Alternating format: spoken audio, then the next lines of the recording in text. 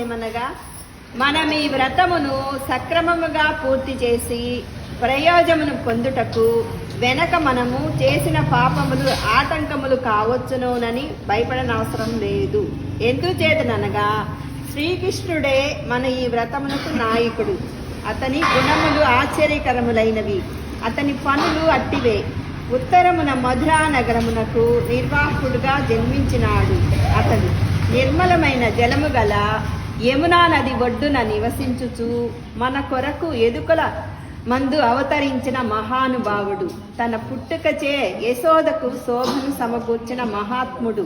అంతటి మహాత్ముడై ఉండి కూడా ఆమెచే త్రాటితో కట్టబడిన సౌలభ్యమూర్తి.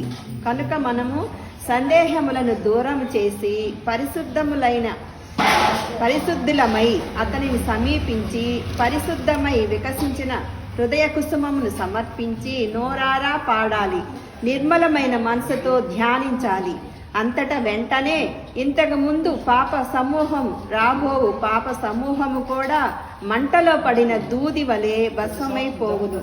మన వ్రతములకే మాత్రం ఆటంకములు సంభవింపదు. అందుచే 2 భగవన్నామమును కీర్తింపము 2 అని గోదాదేవి పాత్రమునందరూ వివరించుచున్నది.